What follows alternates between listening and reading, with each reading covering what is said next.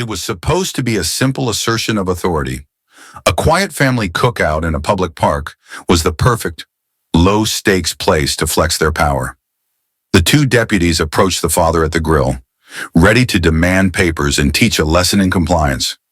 What they didn't know was that they had just made a catastrophic mistake, because the man they chose to target wasn't just a father enjoying the sun. He was a federal agent who specialized in the very thing they were about to do, violating civil rights. We want to know what it's like where you live. When you see a uniform in your community, what's your first gut reaction? A sense of safety or a knot of anxiety? Let us know in the comments below. If this story makes you think, make sure to like this video and share it with someone who needs to see it. And don't forget to subscribe so you never miss a story that matters. The afternoon sun of mid-August fell thick and heavy over Piedmont Park, a blanket of oppressive Georgia heat that seemed to slow time itself. It pressed down on the shoulders of the city, urging it toward a lazy, quiet peace. For Marcus Dandridge, this heat was a welcome weight.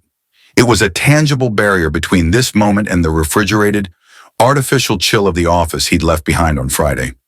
The only clock here was the slow, steady curl of smoke rising from the portable grill, a scent of charcoal and spiced meat that, for him, was the very smell of sanctuary. He meticulously turned a rack of ribs, the metal tongs clicking softly in the humid air.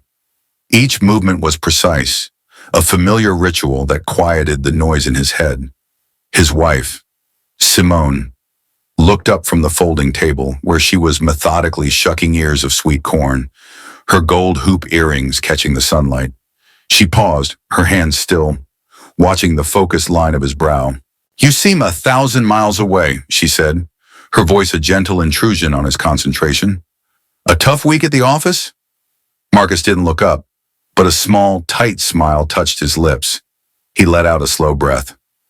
"You could say that. We're reviewing a case from the West Precinct. A real mess."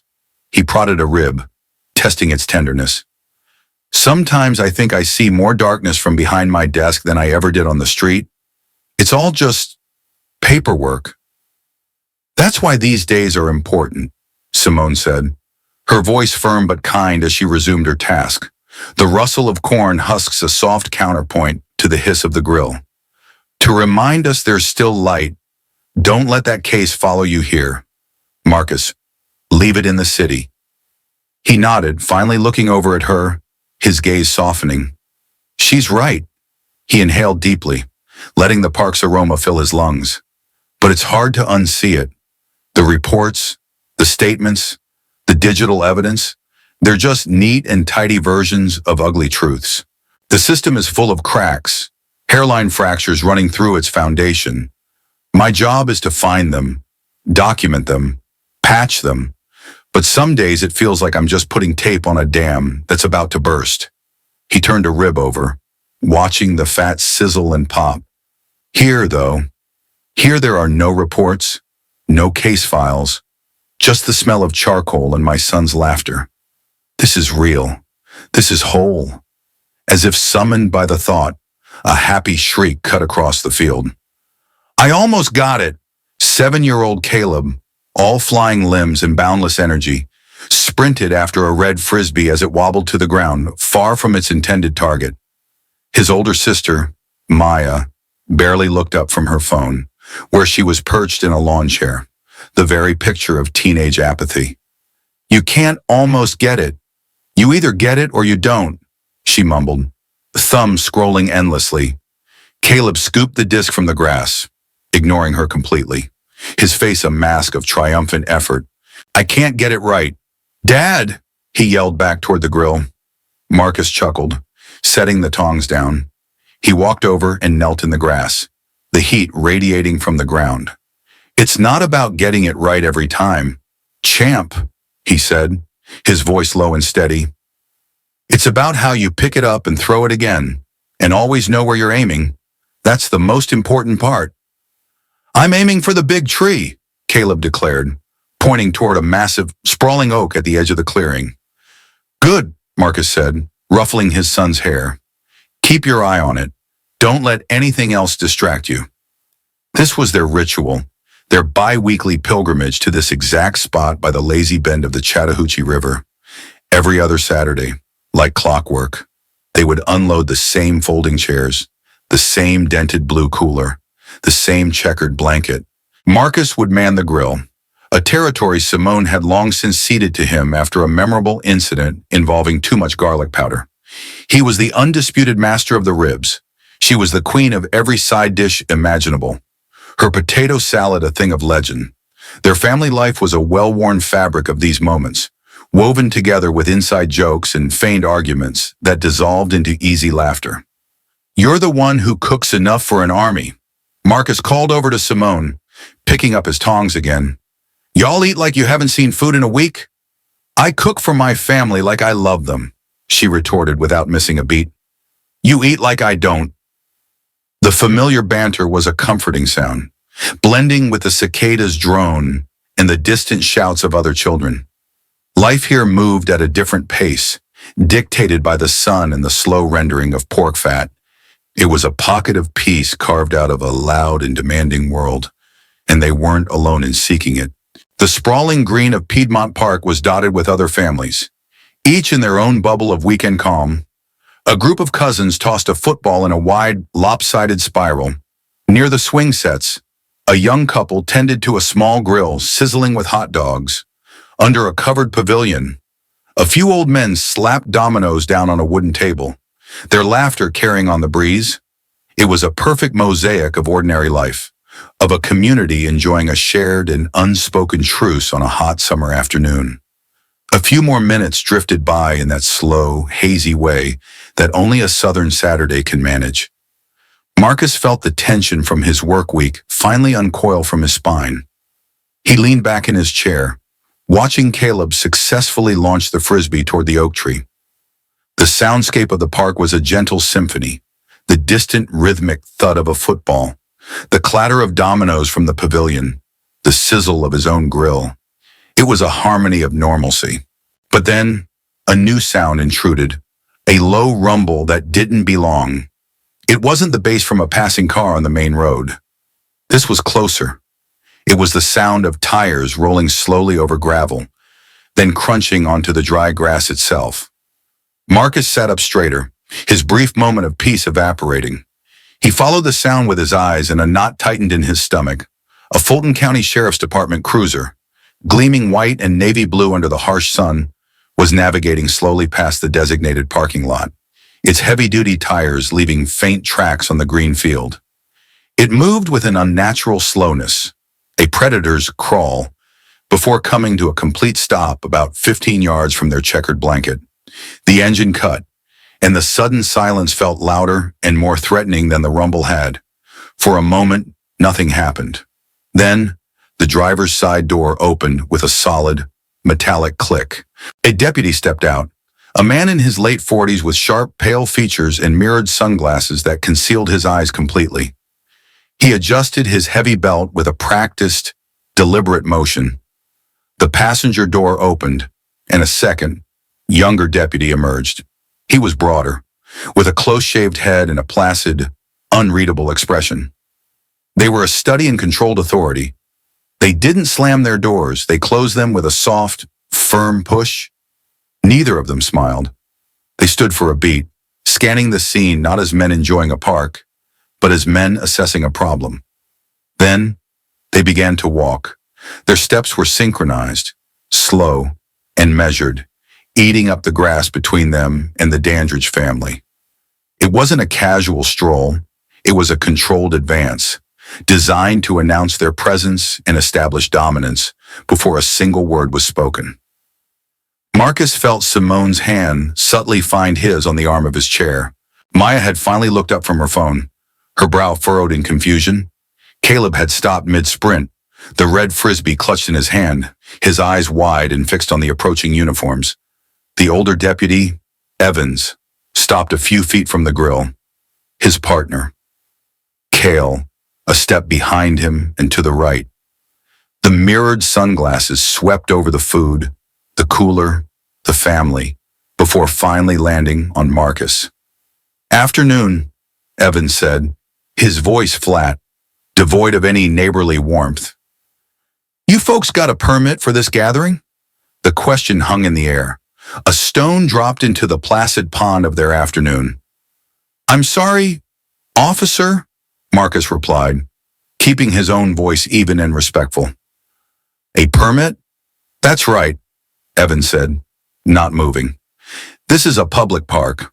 Large gatherings require a permit from the county." Marcus gestured with an open hand toward his family. "I understand, officer, but as you can see, it's just my wife, my 2 kids, and myself. This isn't a public event, it's just our lunch." Evans looked from Marcus to the trays of food on the table, a slight, almost imperceptible smirk touching the corner of his mouth. He turned his head slightly toward his partner, but he kept his voice loud enough for everyone to hear. "Lot of food for 4 people. Kyle, looks like they're expecting a whole crew?"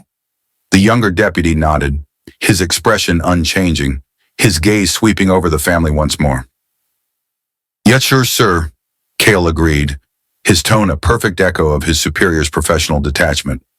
"Could be a noise issue later on." The phrase noise issue landed with a dull thud in the quiet air. A noise issue, Marcus thought. A complaint about a sound that hadn't even been made. The absurdity of it was a cold, sharp thing. This wasn't about a permit or potential noise. This was a script, and he and his family had been cast in a role they hadn't auditioned for. He saw the logic of the encounter lay itself bare. They were not there to respond to a problem. They were there to be the problem.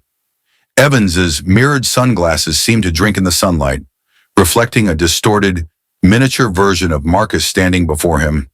The silence stretched, thin and fragile, as the deputies moved on to the next beat of their performance. Evans completely ignored Marcus's previous statement, as if it had been nothing more than a passing breeze.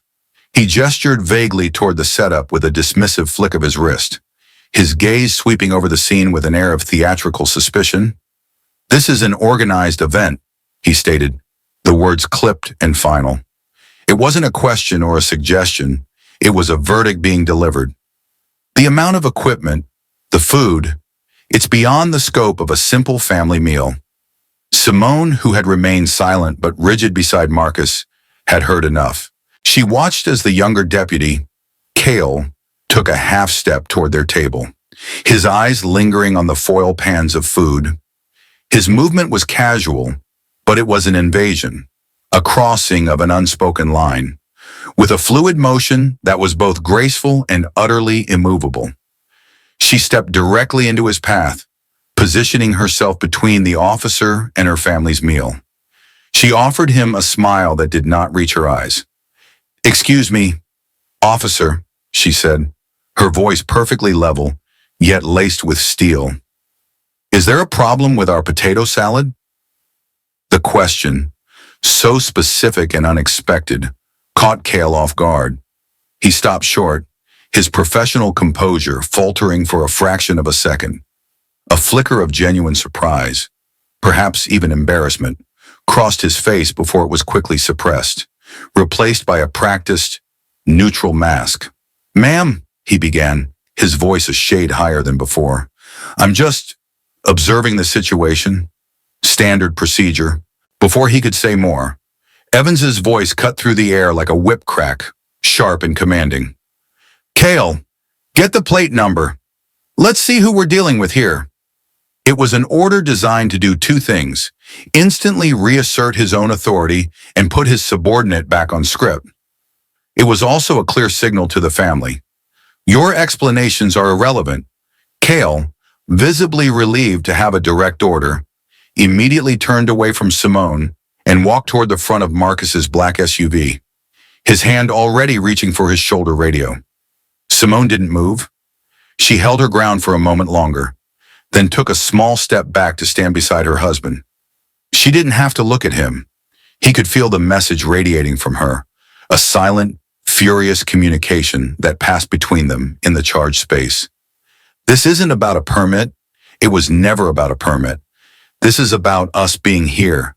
Having successfully shut down Simone's attempt to engage, Evans turned his full attention back to Marcus. The pretense of a friendly inquiry was gone, replaced by a cold, direct challenge. "I'm going to need to see some identification," he said. The word was not a request.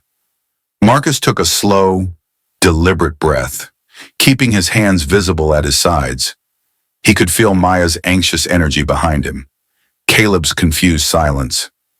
"Officer, with all due respect," he began, his voice the epitome of calm reason. "You haven't stated a crime that I'm suspected of committing.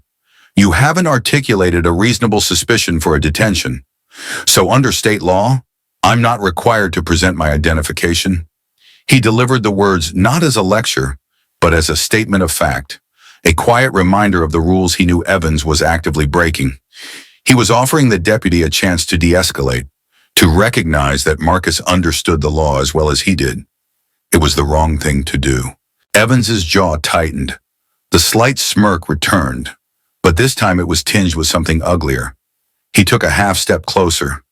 "You getting smart with us?" he asked, his voice low and dangerous. "You a lawyer?"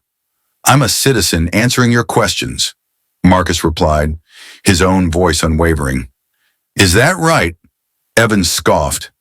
He nodded to Cale, who had now circled back from the SUV. "Go ahead, run it." The younger deputy's voice was flat and official as he spoke into his radio, the words a stark violation of the park's afternoon peace.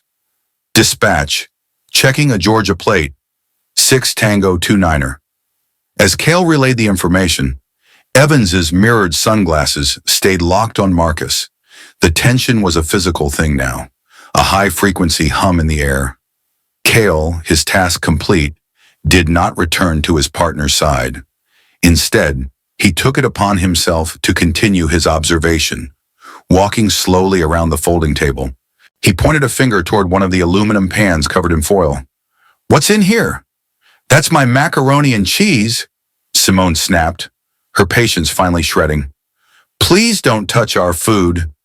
"Didn't touch anything, ma'am," Cale said placidly, though he had leaned in so close he could have smelled the paprika. He was a perfect wall of detached professionalism, a master of provocation without physical contact. The entire performance was designed to chip away at their composure, to needle and poke until they gave him the reaction he and his partner were looking for. This slow-motion harassment did not go unnoticed. The family that had been tossing a football near the Dandridges had now stopped their game entirely. The father stood with the ball tucked under his arm, his expression a mixture of curiosity and unease. He herded his kids a few steps further away, a subtle retreat, but a clear one. He didn't want any part of this. He met Marcus's eyes for a fleeting second before quickly looking down. A silent apology offered and received across the field.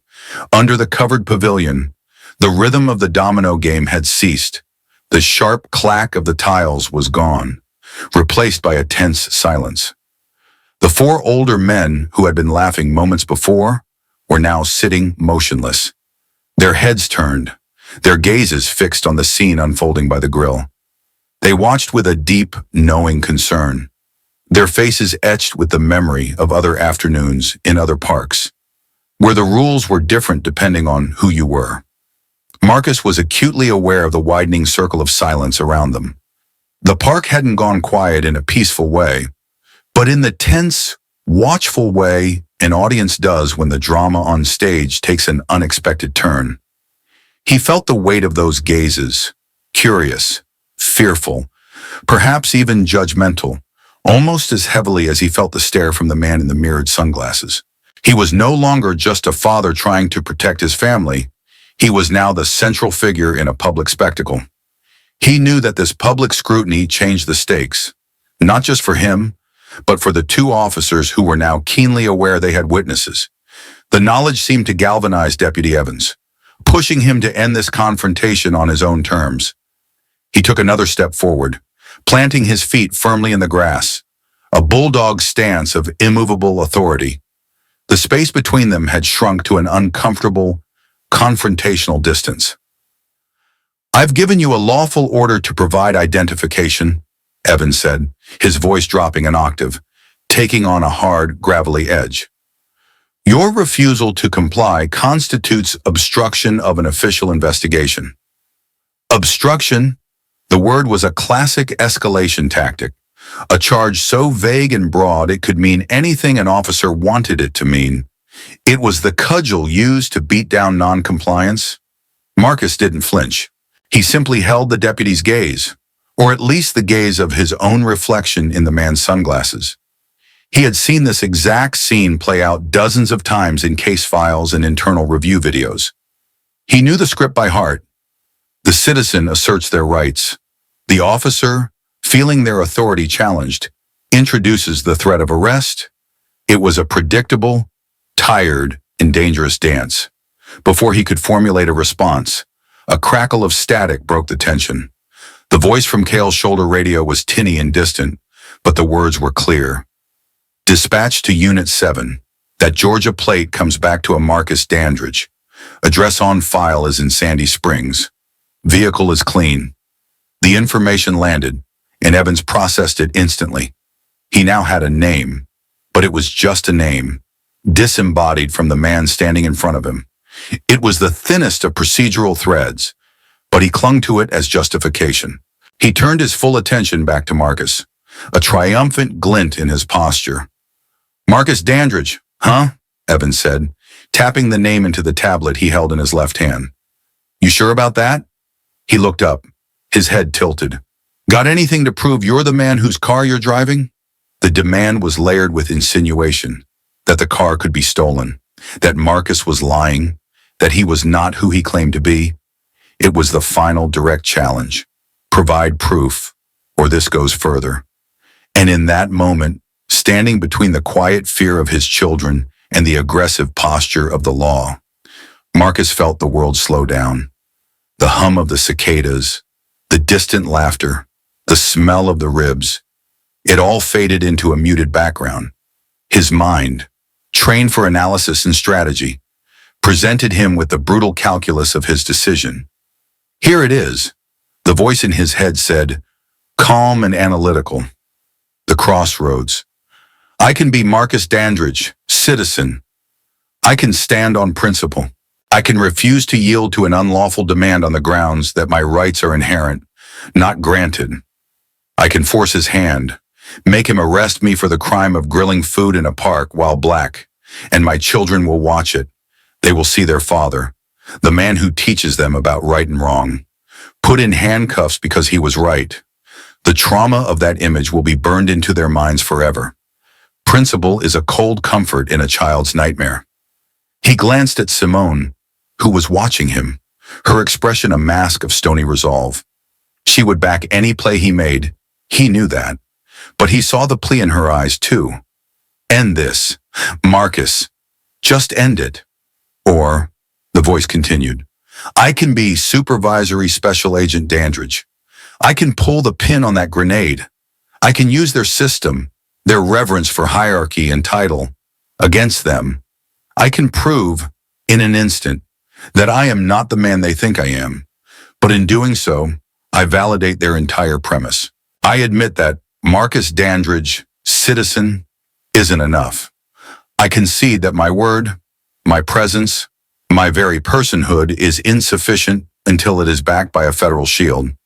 I teach my children that our rights are conditional, that our protection comes not from the Constitution, but from a credential. What a bitter lesson. What a terrible truth to have to weaponize.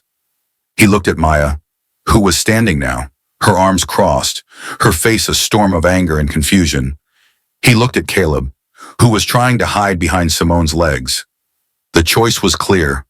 Principle was a luxury he couldn't afford right now. His children's sense of safety was the only thing that mattered. He brought his focus back to Evans. He gave a slow, almost imperceptible nod, a concession. Okay, he said, the single word carrying the weight of his entire internal debate. He raised his hands slowly, showing they were empty, before reaching deliberately for the back pocket of his shorts. Officer, he said, his voice still calm, a final attempt to place the facts on the record. I want to be clear. I am not being detained, and I have not been suspected of a crime. You are aware of the law? Evans scoffed. the sound sharp and dismissive. "The law," he said, tapping his own badge on his chest, "is what I say it is right now. You're making this difficult." That was the trigger. Marcus pulled out his worn leather wallet. His fingers bypassed the clear sleeve holding his Georgia driver's license. Instead, they went to the hidden flap on the other side. With a fluid, practiced motion, he opened the credential case. The sun, which had been a tool of oppressive heat just moments before, now became an ally. It struck the polished gold of the federal shield, sending a brilliant, blinding flash of light across the space between them. It was a beacon of undeniable authority. He didn't hand it over immediately. He held it open for a long second, letting the reality of the situation sink in. He watched their faces. The reaction was instantaneous and profound. The younger deputy, Cale, who had been a picture of bored detachment, recoiled as if struck. His eyes, no longer placid, widened in shock, and he physically took a half-step backward. A dawning horror washed over his face as he comprehended the catastrophic miscalculation they had just made. Deputy Evans, however, did not look shocked. He looked furious. It was not the hot anger of a street confrontation, but the cold, sharp fury of a man whose absolute authority had been utterly and irrevocably nullified. He saw the Supervisory Special Agent title. He saw the Department Internal Affairs Bureau. The one department every officer, local or federal, is trained to fear. A man who investigates cops. In a split second, Evans was no longer the one in control. He was the one being investigated. The hunter had become the prey, and the rage on his face was the fury of being so completely and elegantly outplayed. He looked up from the credentials, and for the first time, he truly saw Marcus. The mirrored sunglasses could no longer hide the shift. The man before him was not a problem to be managed. He was a superior officer. The change in their demeanor was immediate and almost comically abrupt. The aggressive posture melted away, replaced by a stilted, awkward deference. Evans handed the credentials back to Marcus as if they were radioactive. Sir," Evans stammered, his voice suddenly losing all its gravelly authority. We didn't realize. Apologies. Just doing our jobs, and sir," Cale added quickly, his voice tight with anxiety. He couldn't make eye contact with Marcus, instead staring at a spot on the ground somewhere near the cooler. Marcus took his credentials back, folded them slowly, and slipped them into his pocket. He said nothing. The silence was his response. He let them stand in it, let them suffocate in the chasm between their behavior a minute ago and their behavior now. "Well," Evans said, clearing his throat, desperate to retreat, "everything appears to be in order here. Sorry to have bothered you." They offered a pair of clumsy, uncoordinated nods, then turned in unison. Their retreat was nothing like their approach.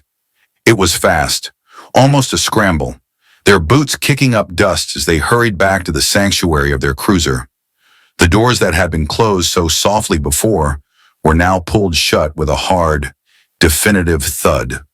A moment later, the engine roared to life and the cruiser pulled away, leaving behind only the faint tracks in the grass in a ringing, deafening silence.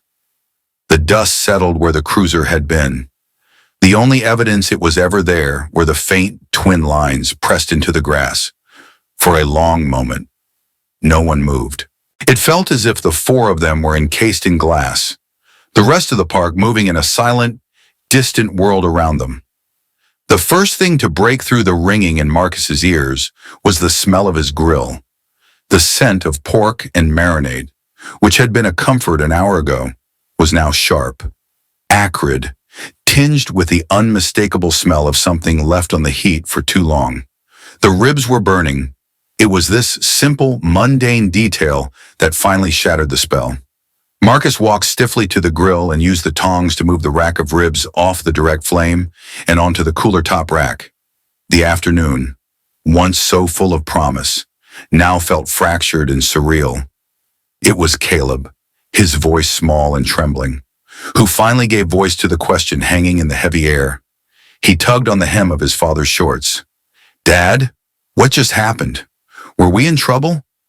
Before Marcus could even begin to formulate an answer, a torrent of pent-up fury burst from his daughter. Maya, who had been a statue of silent rage, finally moved, her whole body vibrating with indignation. Trouble? We weren't in trouble. Caleb, they were! She spun on her father, her eyes flashing, tears of anger welling up. I don't get it. Dad, why were you so quiet? Why did you just stand there and let them talk to you like that? You let them talk to Mom like she wasn't even there. They treated us like criminals. And you just took it? Her voice cracked on the last word, a sound of profound betrayal. She wasn't just angry at the deputies. She was angry at her father's seeming inaction, his maddening, incomprehensible calm in the face of such blatant disrespect. Marcus looked at his daughter, seeing not just her anger, but the deep well of fear and confusion beneath it.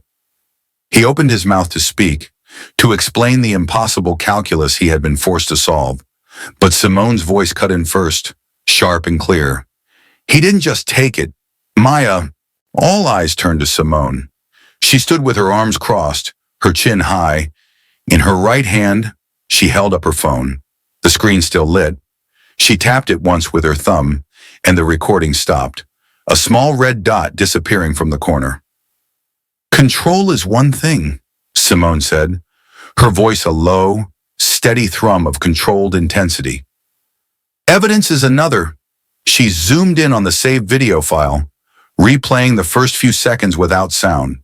The image was perfectly steady, capturing the deputies' faces as they approached, their expressions clear and unambiguous. I got it all. From the moment their tires hit the grass, I got his face, she said, pointing to Evans's on-screen image. And his, she moved to Kel. I got their badge numbers when he leaned over the table. I got every single word they said. She looked directly at her daughter, her eyes conveying a different kind of strength, a colder, more patient form of resistance. This wasn't the heat of righteous anger. This was the icy resolve of a woman who knew the rules of the game were rigged and had come prepared to play a different one. Seeing the video, seeing the proof, seemed to take some of the fire out of Maya's anger, replacing it with a dawning understanding. Marcus finally knelt, so he was on eye level with both his children. He looked first at Maya. Sweetheart, I know you're angry. You have every right to be, he said, his voice gentle but firm. But you have to understand, getting loud, yelling, that's what they wanted. It's the excuse they look for. It's the door they need you to open so they can escalate. They expect fear, or they expect anger. They don't know what to do with calm. We win by staying in control when they lose theirs. He paused, letting the words sink in. But that doesn't mean we let it go. We are not going to pretend this didn't happen. Not ever. He turned to Caleb, who was still looking back and forth between his parents, trying to piece together the adult world. We didn't do anything wrong. Champ, you remember that? A heavy silence fell over them again, but this time it was different. It wasn't the ringing shock of before, but a thick, somber quietude of shared understanding. The adrenaline began to fade, leaving behind a bone-deep weariness. Simone sighed, running a hand through her hair. Well, she said, her voice attempting a lightness it couldn't quite achieve. The food's getting cold. We should eat.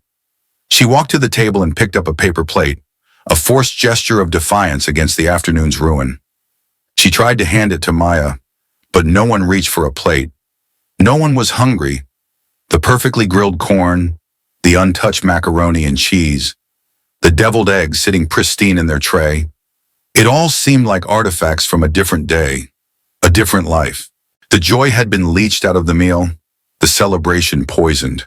The family sat amidst their feast, the tangible evidence of a happy afternoon they had planned, and the peaceful atmosphere was shattered beyond repair.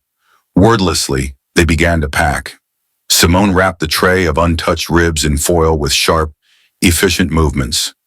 Marcus folded the lawn chairs, the metallic snaps echoing too loudly in the quiet that had fallen over their corner of the park. Each item placed back into the cooler, the potato salad, the deviled eggs, the sweet corn, felt less like leftovers and more like exhibits from a crime scene. The drive home to Sandy Springs was a study in silence. The radio stayed off. Caleb fell asleep against the window, his face peaceful in a way that none of the others could manage. Maya stared at her phone, her expression unreadable. Marcus drove, his knuckles white on the steering wheel, his eyes fixed on the road but his mind replaying every moment. It was a heavy, suffocating quiet, the kind that follows a storm. Back in the sterile quiet of their own kitchen, the feeling of violation lingered. As Marcus started unpacking the cooler, staring at the food that seemed to belong to a different life, Simone sat down at the kitchen island. She placed her phone face up on the cool granite countertop. Her movements were deliberate, devoid of the angry haste one might expect. This was not an act of impulse. It was the execution of a decision made the moment she'd first pressed record. With a few precise taps, she navigated to her gallery, selected the video file, and hit the share button on her social media page. She typed a short, factual caption, her fingers moving steadily. This happened today at Piedmont Park. My family. No permit needed, no problem caused. But they came anyway. Watch for yourself. No hashtags, no angry tirade, no call to action, just the raw, unedited clip in a simple statement. Then she set the phone down and turned her attention to the cooler, as if the task of putting away food was the most important thing in the world. For the first 10 minutes, there was nothing but the sound of containers being sealed and the refrigerator door opening and closing. Then, a single, soft ping came from the phone on the island. A moment later, another. A friend from church had shared it. Then, a rapid succession of notifications. A digital cascade that grew from a trickle to a downpour. Ping, ping, ping, ping, ping. The sound was insistent, an alarm signaling that the story was no longer theirs. It had been loosed into the world, and the world was starting to notice. Marcus had gone upstairs to change, and when he came back down, he found Maya standing over the phone, her face illuminated by the screen's glow. "Dad," she said, her voice a hushed whisper. "I think it's going viral." Marcus walked over and looked at the screen. The view count was climbing at a dizzying rate. A local activist with a large following had reposted it, then a journalist from a national paper. People were stitching it, duetting it, commenting in a furious, unending stream. The family seemed to gravitate back to the kitchen table, drawn by the phone's insistent glow as if it were a campfire. It felt like the only source of light in the suddenly tense atmosphere of their home. "How long?" Marcus asked, his voice low. "Before someone says we were overreacting." "They already are," Simone said, her voice tight. She gestured toward the phone. Maya, unable to resist, picked it up. She started reading the comments aloud, her voice a flat monotone that gave each word, whether of support or of hate, the same weight. Finally, a clear example of what we've been talking about for years. "Thank you for your courage. Look at his body language. He was totally non-compliant. The cops were just doing their job." That poor family. My heart breaks for those kids. This is so staged. They were clearly looking for a lawsuit. Probably have a GoFundMe ready. She scrolled further down. And here are the really bad ones. The ones with the slurs. "Okay, that's enough," Simone said sharply, reaching for the phone.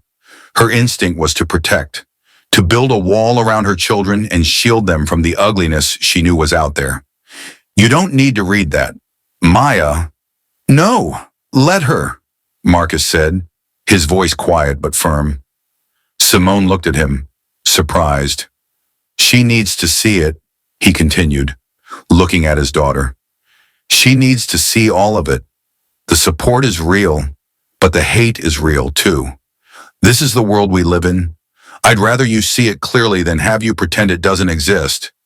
As if on cue, the shrill ring of the house landline cut through the digital chatter. The sound was jarring, an analog intrusion, Everyone froze for a second. Simone reluctantly answered, putting it on speaker. It was her sister, Sarah. Simone? Hey, I saw the video. Sarah's voice was hesitant, laced with the profound awkwardness of someone who wanted to offer support, but was terrified of saying the wrong thing. Wow. Are you okay? We're fine. Sarah, Simone said. Her response clipped. It's all over my feed. I can't believe that happened. It's horrible. Is there anything I can do? The question hung there, a well-intentioned but empty offer. We're fine, Simone repeated. We have to go. I'll call you later. She ended the call, the silence rushing back in to fill the space. Marcus let out a long, slow breath and stared out the window into their quiet, suburban backyard. It was supposed to be our day, he said, mostly to himself. Just family time. Ribs and a frisbee. He shook his head, a bitter smile touching his lips. He looked at the phone, now lying face down on the table, still buzzing softly with a life of its own. A private, painful moment, a sacred family ritual shattered, had now been converted into public property. It was evidence, an exhibit in the court of public opinion, where strangers were the jury, and context was the first casualty. And in that anonymous, chaotic courtroom, two narratives were already beginning to form with ferocious speed. One of praise for a family that stood its ground, and one of condemnation for a problem they had surely invited upon themselves. By evening, the digital noise had become a permanent feature of their home, a low-grade hum of notifications and relentless commentary that vibrated from every phone. The battle lines being drawn online were sharp and unforgiving, creating a vortex of public opinion around their quiet suburban house. Marcus felt a profound sense of dislocation, as if their real lives were being overwritten by the dueling narratives being constructed about them by strangers. The abstract nature of the online world, with its faceless avatars and angry text, was about to become terrifyingly concrete. The shift came not as a ping or a buzz, but as a sharp, physical sound that cut through the digital haze. The clear, insistent chime of their own doorbell. Everyone in the kitchen froze. It was after 7 o'clock. They weren't expecting anyone. A frisson of unease, cold and sharp, went through Marcus.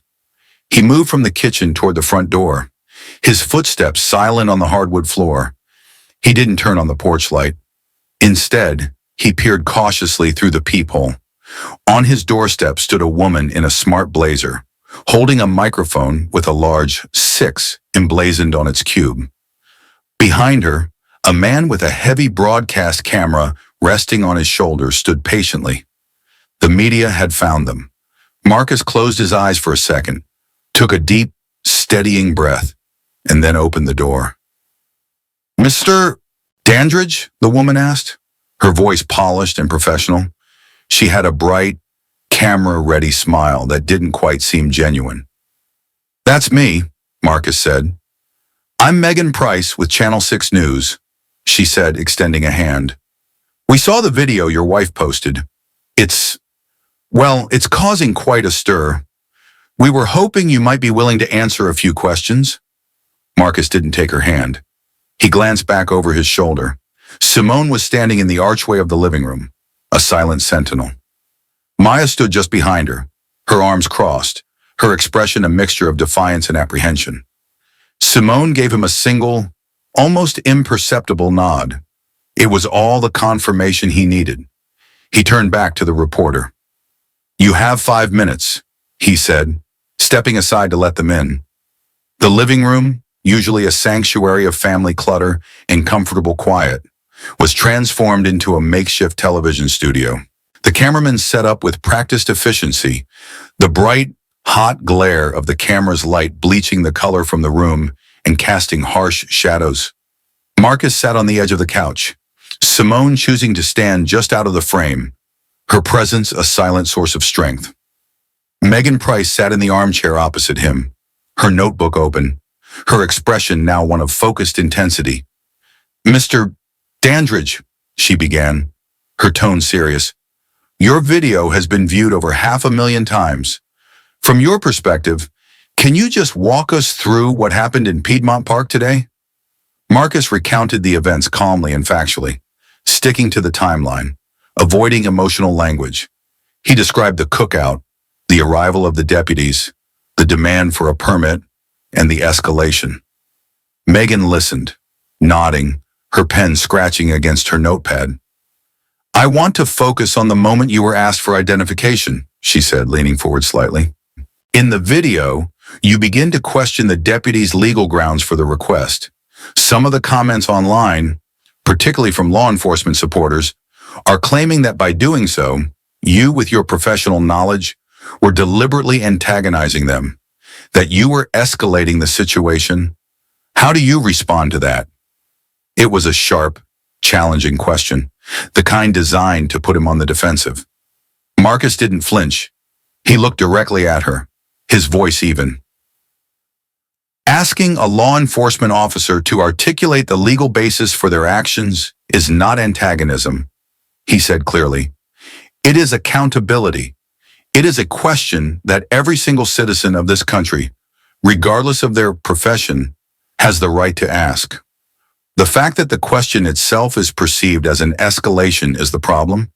It suggests that citizens are expected to comply silently, even when their rights are being infringed upon. My professional background is irrelevant to my constitutional rights. Megan seemed to appreciate the directness of his answer. Do you believe the deputy's actions were racially motivated? Marcus paused, the weight of the question settling in the hot, bright room. He glanced at Simone. Then his eyes found the unblinking red light of the camera lens. I don't think it, he said, his voice dropping slightly but gaining intensity. I know it. I have been a black man for 42 years. I have been an FBI agent for 15. I know what a routine field interview looks like, and I know what targeted scrutiny looks like. We were a black family in a public space, and we were treated as a potential problem from the moment they arrived. He continued, leaning forward himself. Let me be perfectly clear. Those officers walked away because I presented a federal badge. They didn't walk away because they suddenly realized they were mistaken about a permit, or because they decided we weren't a threat. They walked away because they realized who I was, and they understood the professional consequences of harassing a federal agent.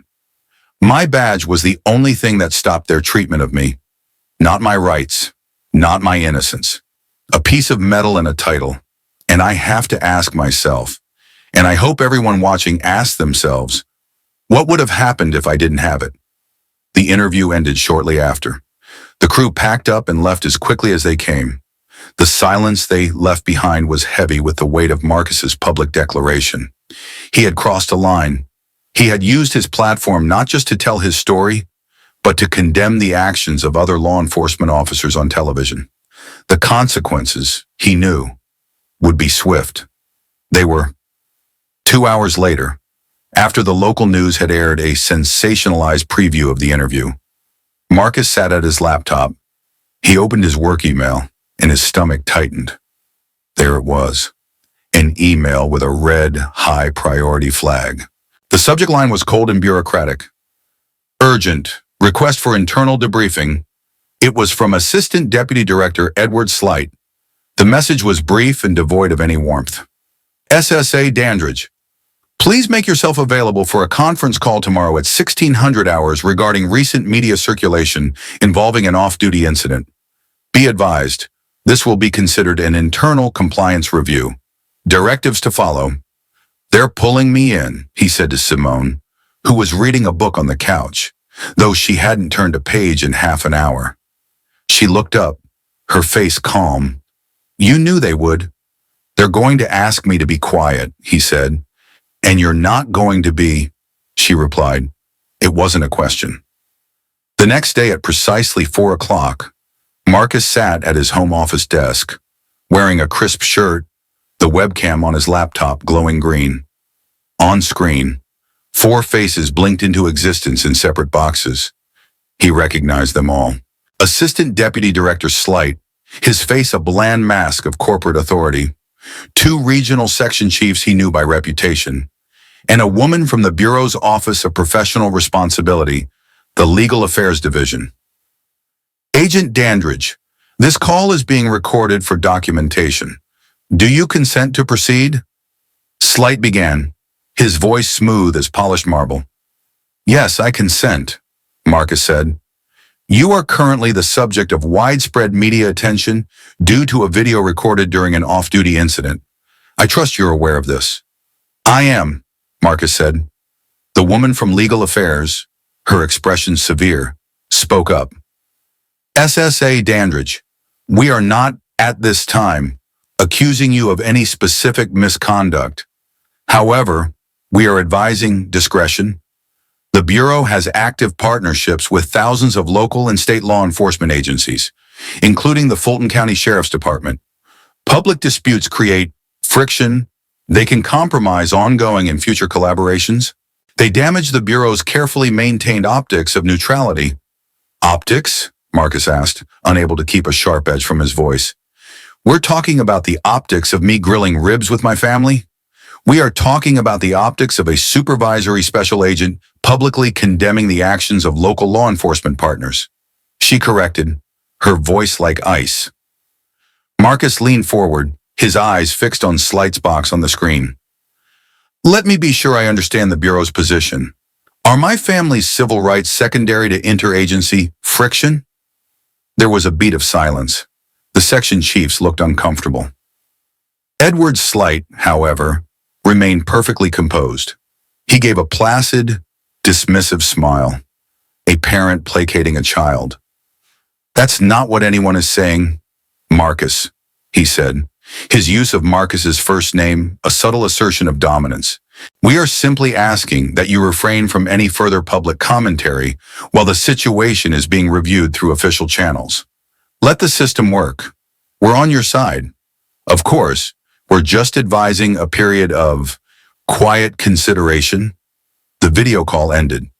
The 4 boxes containing the faces of his superiors vanished, replaced by the mundane reflection of his own tired face on the dark laptop screen. He sat motionless in the profound silence of his home office, but his mind was anything but quiet. The phrase quiet consideration echoed in his thoughts, no longer sounding like advice, but like a threat wrapped in velvet. They expected him to retreat, to let the system handle it, to protect the institution above all else.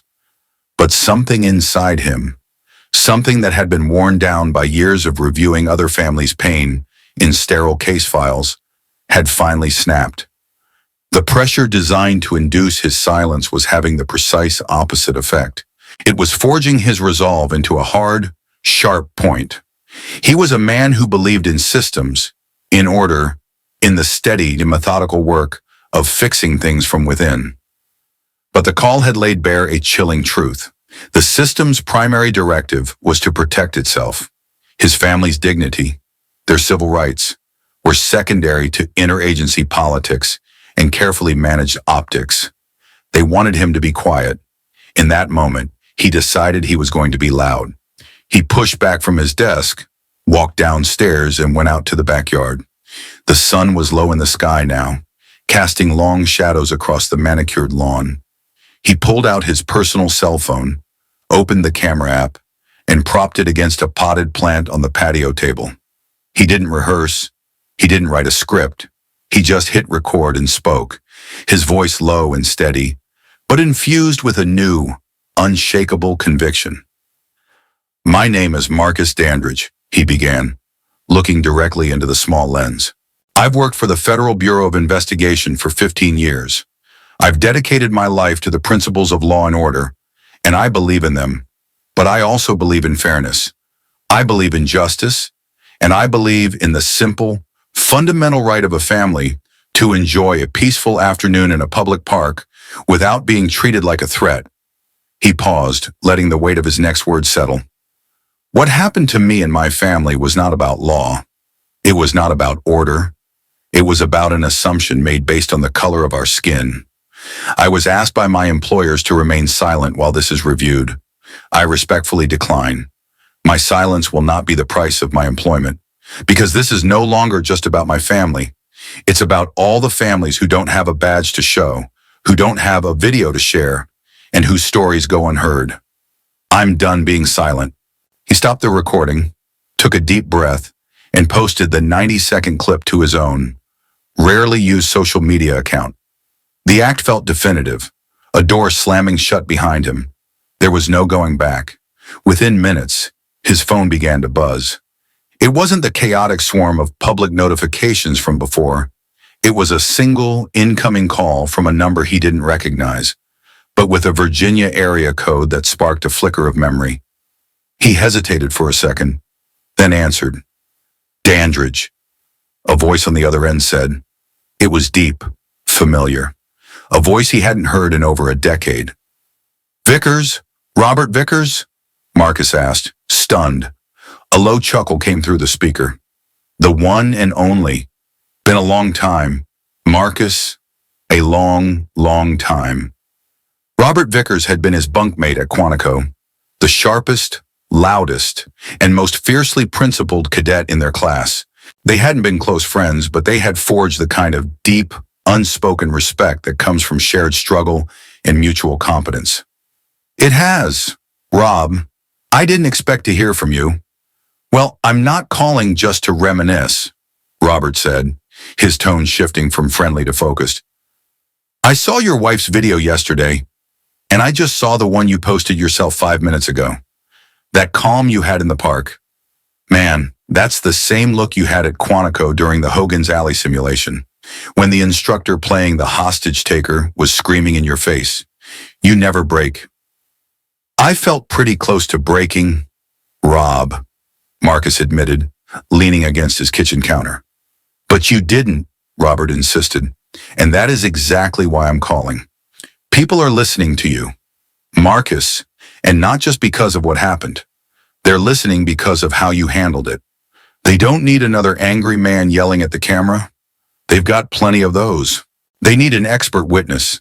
They need someone from inside the damn system, someone with the badge and the credentials, to stand up and tell them, calmly and clearly, that the system is broken.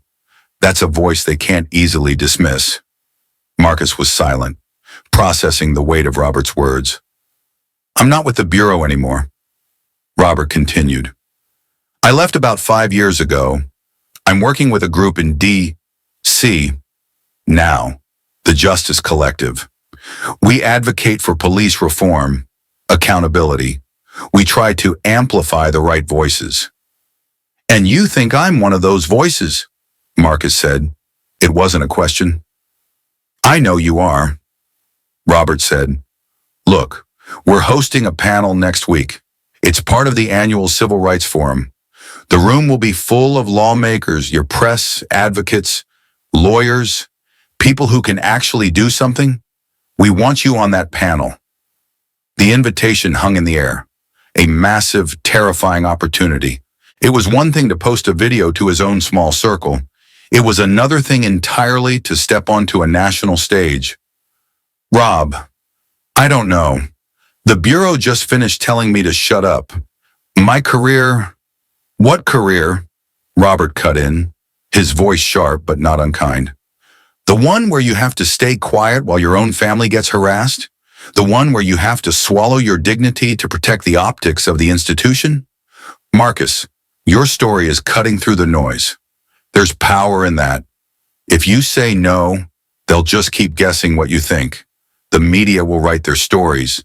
The pundits will yell their opinions. And someone else will end up telling your story for you. Is that what you want?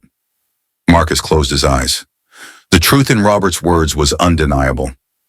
I have to think about it, Rob. I have to talk to my family. You do that, Robert said. But don't think too long. This is the moment, my friend. Don't let it pass. Later that evening, the weight of the decision pressed down on him. He walked upstairs and found Maya in her room, sitting at her desk, headphones on, trying to focus on her homework. The soft glow of her desk lamp illuminated the conflict on her face. He knocked gently on the open door. She pulled off her headphones. Hey, Dad. He walked in and sat on the edge of her bed. Can I ask you something? Sure. That man on the phone, he was an old friend. He wants me to fly to Washington, D.C. next week to speak at a big event. About what happened. About everything. He watched her face carefully. What do you think? Should I do it? Maya stopped writing, turned in her chair, and looked at him. Her gaze was direct, without a trace of the earlier anger, replaced now by a clear, focused intelligence. What's your job, Dad? Like, what do you actually do? The question surprised him. You know what I do? I'm an agent. I work in internal affairs. Right, she said, nodding. So you look at cases where other cops do bad things? You read reports about people who get treated unfairly, like we did. You do that every day, right? For people you don't even know. That's the job, he confirmed, a sense of unease beginning to creep in. She leaned forward, her eyes locking onto his. So, you spend 40 hours a week documenting this stuff when it happens to strangers, turning their pain into neat little files.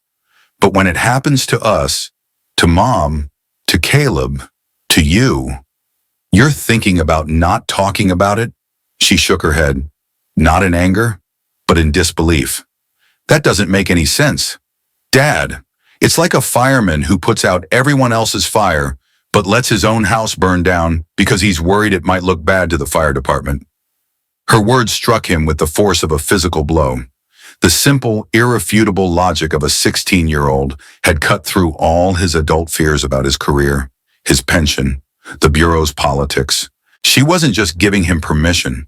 She was holding a mirror up to his own principles, showing him the hypocrisy of his hesitation. He had spent his life enforcing the rules, believing in the system, but she was right. What was the point of any of it if he failed to stand up when his own family was on the line? He looked at his daughter, no longer a child, but a young woman with a fierce moral clarity. A slow smile touched his lips, the first genuine one all day. He swallowed the lump in his throat. You're right, he said quietly. You're absolutely right. He left Maya's room feeling lighter than he had in days. The heavy shroud of professional obligation and fear finally lifted. The path forward, which had seemed so foggy and treacherous, was now starkly clear. It was no longer a choice between his career and his conscience. His daughter had shown him they were one and the same. He walked back to his study, picked up his phone, and dialed Robert Vickers. When Robert answered, Marcus didn't hesitate. I'm in, he said, his voice steady and resolved. Book my ticket to D.C. The flight he took 2 days later wasn't just a trip to another city. It was a journey across a line he knew he could never uncross. The auditorium near Capitol Hill was plain and functional, a sea of folding chairs filled with a carefully curated audience of Washington's most influential players. The air buzzed with the low murmur of hushed conversations between seasoned lawyers, sharp-suited legislative aides, weary-eyed advocates, and a handful of journalists who recognized this forum as a place where real news was often made. Marcus sat at a long table on a low stage, a paper name card reading SSA Marcus Dandridge sitting before him like a formal indictment. He felt a tremor of nerves in his hands, but gripped the plastic water bottle on the table, its coolness a small anchor in the overwhelming moment. He wasn't an activist. He wasn't a politician. He was a lawman, trained to observe and report, not to testify about his own life. But then he thought of Maya's face, her clear, unwavering logic, and his nerves settled into a firm, quiet resolve. When his name was called, a polite ripple of applause went through the room. He walked to the podium, adjusted the microphone, and looked out at the faces staring back at him. He saw skepticism, curiosity, and in a few, a flicker of shared experience. He took a breath. Good afternoon, he began, his voice amplified but steady in the quiet room. My name is Marcus Dandridge. For 15 years, I have proudly served as a special agent for the Federal Bureau of Investigation. I am a man who believes deeply in the rule of law. But a little over a week ago, I was given a harsh reminder that the law is not always applied equally. I was reminded that no matter how many years I serve, no matter what my title is, There are moments when the first thing, and sometimes the only thing, people see is that I am a black man. He paused, letting the directness of the statement land. I'm not here to talk about policy, statistics, or procedural reforms, though those are important conversations. I'm here to talk about what it feels like to see a system you believe in fail you through your children's eyes. My son, who is 7, asked me if we were in trouble. My daughter, who is 16, asked me why I had to be so calm. How do you explain to your children that your calmness is not a choice, but a survival tactic? That your compliance is a shield against a predictable escalation? He looked down at his notes, but didn't see them. He was seeing the park again. We are taught that a police uniform is a symbol of safety and public trust. But what happens when that trust is eroded? What happens when the uniform meant to signal safety instead signals suspicion? When 2 officers approached my family, they did not see a father grilling ribs. They saw a potential problem that needed to be managed. They saw a gathering that needed a permit. They saw a narrative they had already written in their heads, and all the facts on the ground were secondary to that narrative. He leaned closer to the microphone, his voice dropping but gaining intensity. The defining moment of that encounter was not when the deputies left. It was the moment I realized I had to show them my badge. I had to use a symbol of one system of justice, the federal system I work for, to escape the consequences of another, more arbitrary system that was being applied to me in that park. My rights as an American citizen were not enough. My word was not enough. I had to prove I was a member of their club. This cannot be the standard for justice in our country. We cannot have a system where a person's safety and dignity are contingent on a piece of metal in their wallet. Public trust isn't just broken by grand acts of corruption. It is chipped away, piece by piece, in quiet parks on sunny afternoons. When he finished, a profound silence held the room for a beat. Then it broke into a wave of steady, sustained applause. It wasn't wild or thunderous. It was respectful, appreciative. It was the sound of a truth being recognized. As he was leaving the auditorium, navigating a small crowd of people wanting to shake his hand, his phone vibrated. It was a restricted number. He stepped into a quiet alcove and answered. "Dandridge," he said. "Marcus, it's Director Beeman." The voice of the director of the Federal Bureau of Investigation himself, unmistakable, calm, and carrying the weight of the entire institution. Marcus stood up straighter. "Sir, I saw a clip of your speech at the forum." "Marcus," Beeman said. There was no preamble. "It was very compelling. You're making waves." "That wasn't my intention, sir," Marcus replied evenly. "Intentions are irrelevant when it comes to consequences," the director said, his tone still maddeningly calm, almost paternal. "You are an excellent agent, one of our best, but you took an oath to the Bureau and to the country. Part of that oath involves discretion.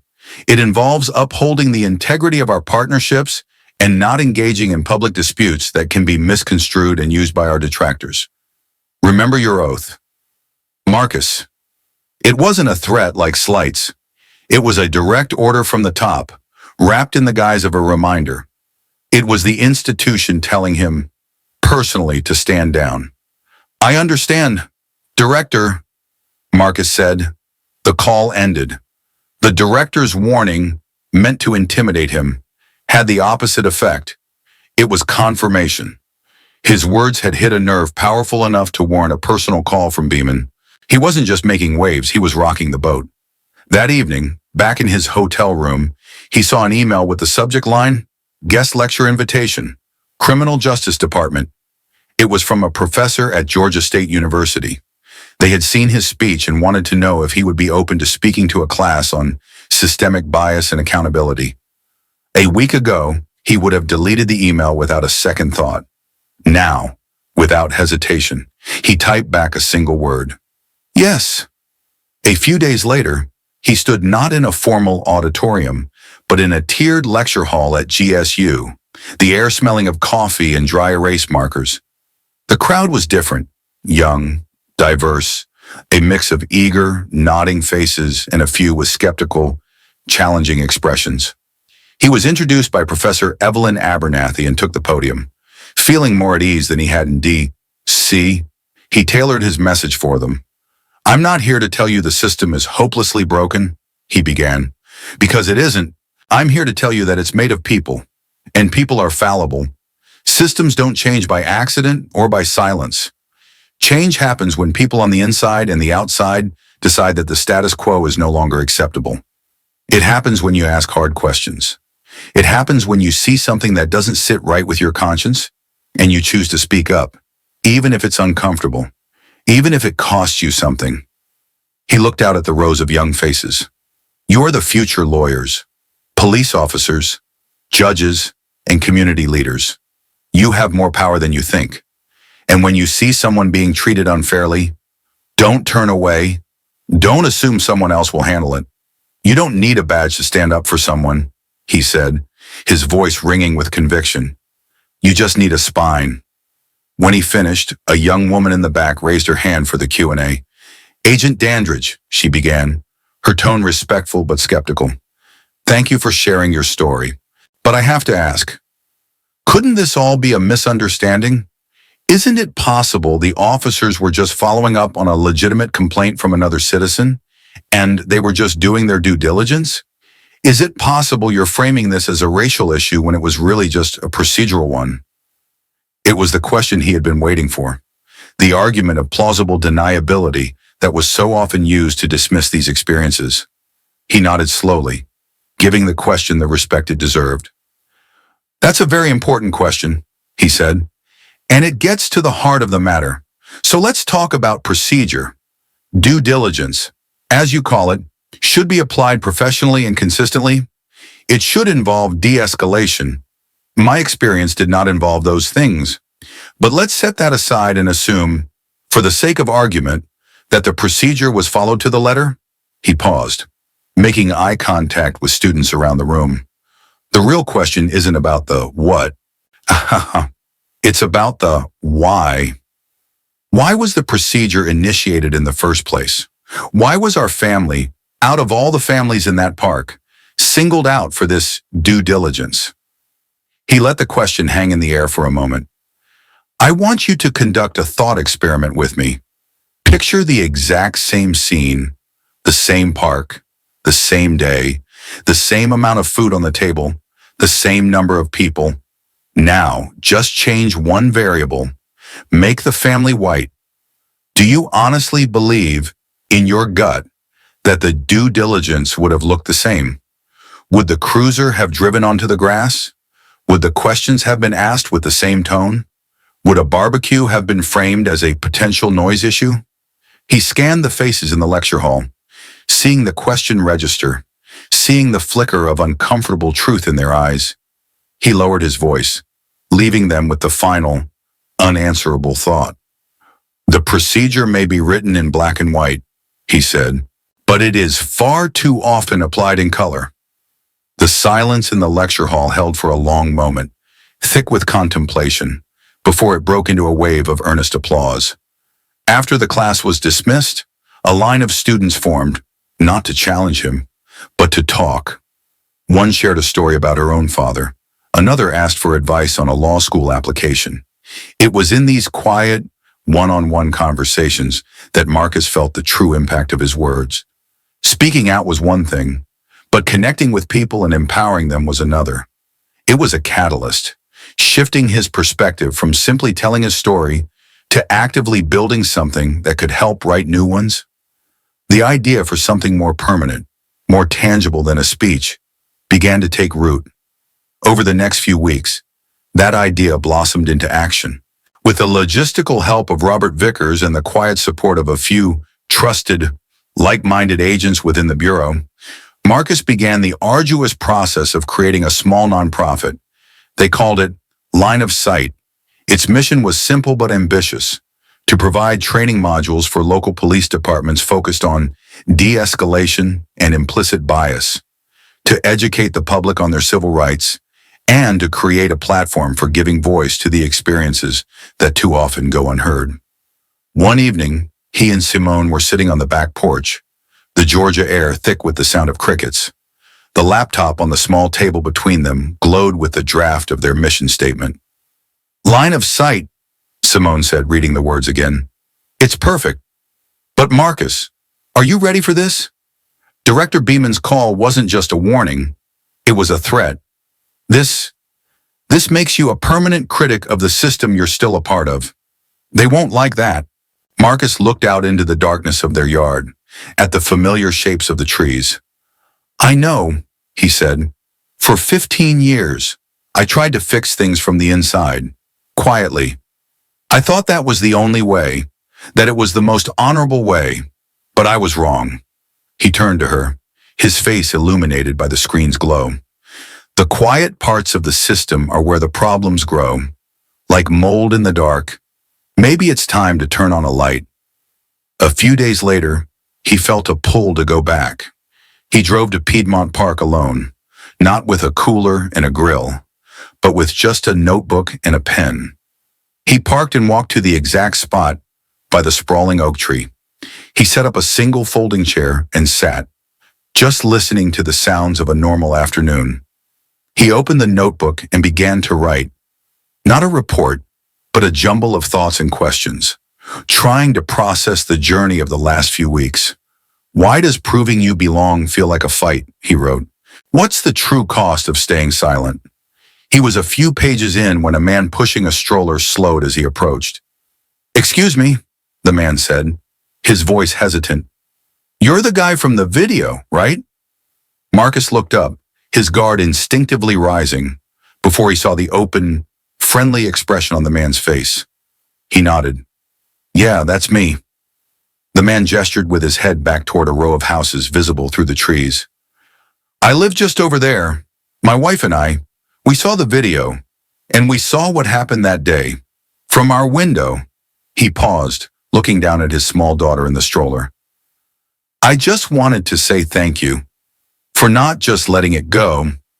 He looked back at Marcus, his eyes full of a weary understanding. "They stopped my nephew last year for riding his bike on the sidewalk right over there. Said he looked suspicious. He's 12. So, thank you." The man nodded once, a simple gesture of solidarity, and then continued on his walk. The validation from a stranger, a neighbor, hit Marcus with surprising force. He was still processing the moment when another voice called out, this one bright and familiar. "Thought you could come back without us?" He turned, a wide, genuine smile breaking across his face. Simone was walking toward him across the grass, carrying a picnic blanket. Behind her were Maya and Caleb, his son clutching a large, colorful kite under his arm. "I was just clearing my head," Marcus said as they reached him. "We thought maybe it was time we took our spot back," Simone replied, her eyes sparkling. Maya spread the blanket on the grass in the exact same spot as before. Caleb began assembling his kite. Simone handed Marcus a sandwich wrapped in foil. "Leftover brisket," she said with a smirk. "Don't get spoiled." They sat and ate under the same tree, but this time the air was light. This time the peace felt real, earned. After they finished, Caleb stood, the kite ready. "Dad, help me get this thing in the air." Marcus got up and ran across the grass with his son, their laughter mixing with the breeze.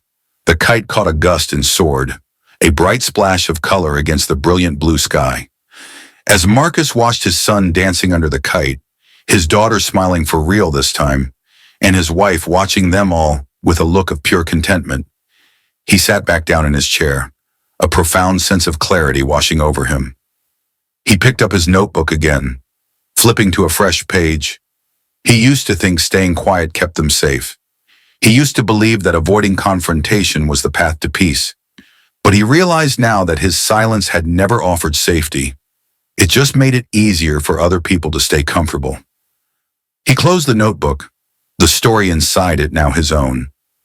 He looked at his family, a perfect, unbreakable unit, framed by the green grass in the afternoon sun.